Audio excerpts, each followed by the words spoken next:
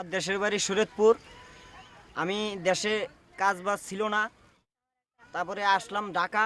হ্যাঁ, কষ্ট হয় আইছি, দেশে বেড়ে চলতারি না।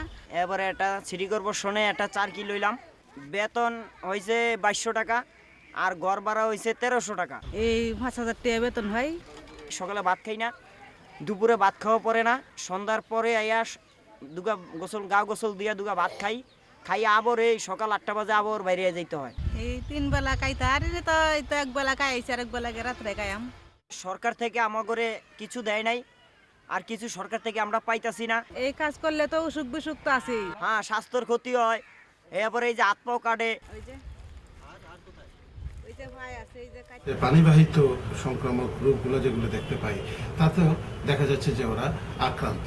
এদের জন্য ট্রিটমেন্টের আলাদা কোনো ব্যবস্থা সিটি কর্পোরেশন থেকে অথবা সরকারি প্রতিষ্ঠানগুলো থেকে নেওয়া হচ্ছে না। সরকার যদি আমাকে বাসস্থানের ব্যবস্থা করে দেয়, তাহলে আমরা একটু ভালো পরিবেশে থাকতে পারি। আমরা এই যে আমাকে বড় লেভেলের লোক আছে এগো কাছে আমরা জানাই, হেরা আবার বড় লেভেলের লোক আছে এগো কাছে জানাই হেরা।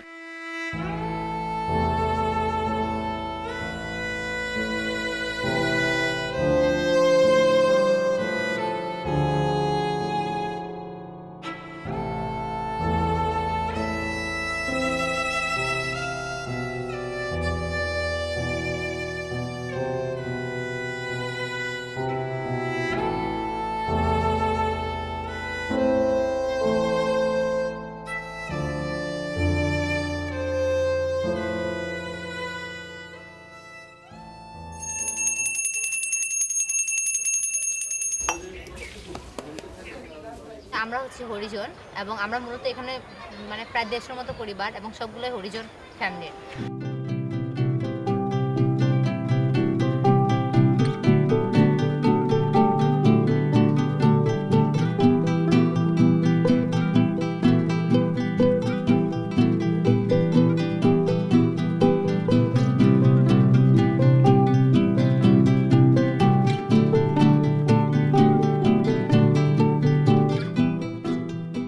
সিটি কর্পোরেশনে মূলত কাজ করে ম্যাক্সিমাম এবং ওখানকার স্যালারি অনেক কম, মানে যেটা দিয়ে হয় না।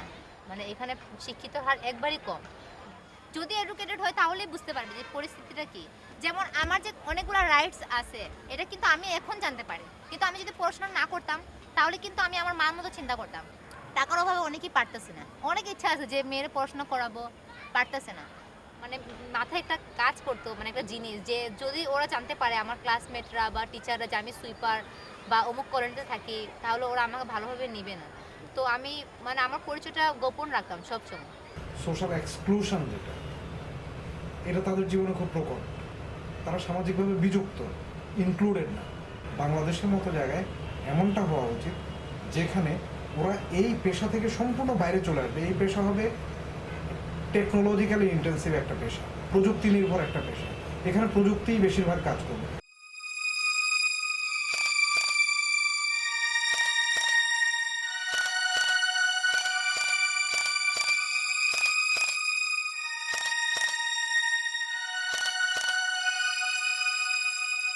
ये पंजाबी आते ना, वो लोग आता है बंदूक लेके, ये लेके, चोप शीश लेके आता है। आने से है तुम लोग कौन है, फिर डर के मोहम्मदपुर भाग गया।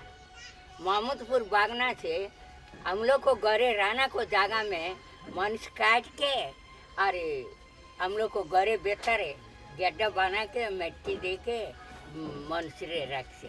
খুঁজতে খুঁজতে গেছি স্বাধীনের পরে কোথায় ওই সাত মসজিদ লালমাটিয়া রায়বাজার, ওর পিছনে শুধু গেঞ্জি আর এই এজেন্টি কাঠ, ওই যে ছবি দেখতে আসেন ওই ছবি আর গেঞ্জি শুধু পাইলাম, লেকিন ওনারে আজ পর্যন্ত পাইলাম না।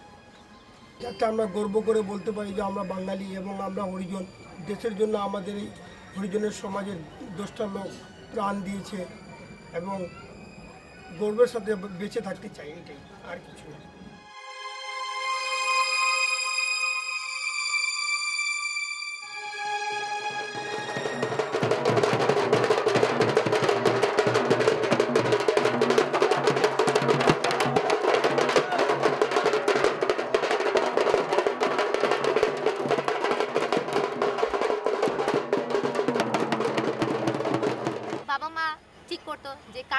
হবে। আমাদের বিয়ে আগে প্রায় 10 দিন হইতো, 10 দিন হইতো আগে বিয়ে। এখন সময়ের কারণে, টাকার কারণে, বিভিন্ন কারণে এখন 4 দিন করে দিছে।